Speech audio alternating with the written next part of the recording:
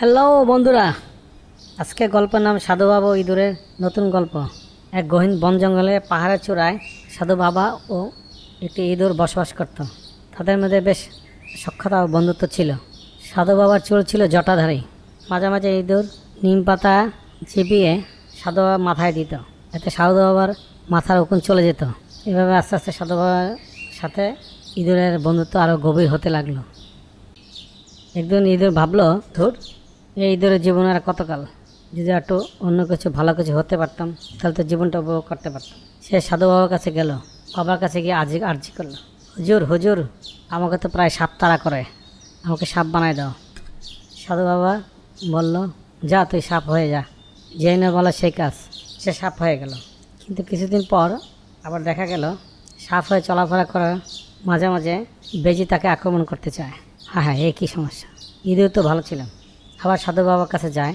সাধু বাবার কাছে যেয়ে আবার আর্জি করে, হুজুর হুজুর, আর এবার তো বেজি আমাকে আক্রমণ করে, যা তুই বেজি হয়ে যা। আবার সে বেজিতে রূপ নেয়। হ্যাঁ, কিছুদিন পর আবার সে লক্ষ্য করলো আশেপাশে কুকুরা তাকে খুব ডিস্টার্ব করছে। আবার সে সাধু বাবার কাছে যায়, হুজুর হুজুর, আছি তো মহা বিপদে, আর ইঁদুরই ভালো ছিল, এখন তো আমাকে কুকুরে তাড়ায়, যা তুই কুকুর হয়ে যা। আবার সে কুকুর হয়ে গেল। এভাবে কিছুদিন যাওয়ার পরে সে লক্ষ্য করলো বনের বাঘ তাকে ডিস্টার্ব করছে, মাঝে মাঝে ভেক্সি মারছে। হুজুর হুজুর, মহা বিপদে আছি, এবার তো বাঘ আমাকে ডিস্টার্ব করছে, একটু বাঘ বানিয়ে দাও না, যা তুই বাঘ হয়ে যা। এভাবে ক্রমেই তার লেভেল আস্তে আস্তে আপ হতে লাগলো।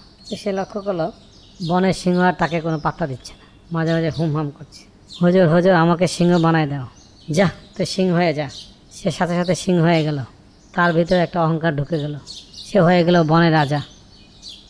যেই না বনের রাজা হয়ে গেল, সে শুধু ভাবতে লাগলো, হায় রে, আমি তো আগে ছিলাম ইঁদুর, এখন হয়ে গেলাম ক্রমে ক্রমে, আর যে আমাকে সিংহ বানালো সে তো আমাকে আবার ইঁদুরও বানিয়ে দিতে পারে, তাকে শেষ না করলে আমার রক্ষা নেই। এই মনে মনে বলে সে সাধু বাবাকে আক্রমণের জন্য উদ্যত হলো। সাধু বাবা বুঝতে পারল তার এই আচরণ। সে তৎক্ষণাৎ আবার ফু দিয়ে বলল, যা তুই আবার আগে ইঁদুর হয়ে যা। এই কথা বলে খুব জোরে ফু দিল।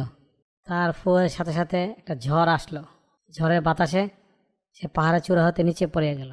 যখন সে পাহাড়ের চূড়া হতে নিচে পড়তেছিল তখন সাথে সাথে সে এটাই মনে করতেছিল, হায় রে, ক্ষমতার কি অপব্যবহার, যার জন্য আমার আজকে এই করুণ পরিণতি। হ্যালো বন্ধুরা, আজকের এই গল্প হতে আমরা এটাই শিখতে পারলাম যে ক্ষমতার অপব্যবহার করতে নেই।